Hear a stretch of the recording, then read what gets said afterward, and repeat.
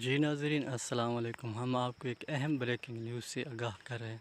مسلم league نون کے رہنما اور وزیر دفاع خواجہ محمد آصف کا کہنا ہے کہ لاہور میں 14 اگست سے ایک دن پہلے قومی پرچم اتار کے عمران خان کا جھنڈا لہرایا جا رہا ہے۔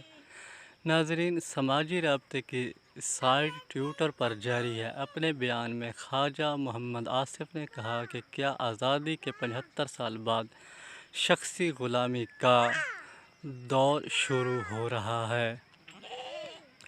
ناظرین، انہوں نے کہا ہے کہ اگر یہ خیبر پختونخوا، بلوچستان، سندھ میں ہو رہا ہوتا تو غداری کے فتوے کا سیلاب آ جاتا۔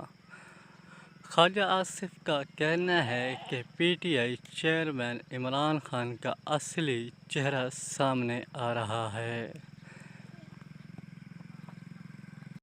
ہماری اس ویڈیو کو لائک، سبسکرائب اور کمنٹس کیجیے تاکہ ہماری معلوماتی تمام ویڈیو بریکنگ نیوز آپ کو ملتی رہے۔ Thank for watching. اللہ حافظ۔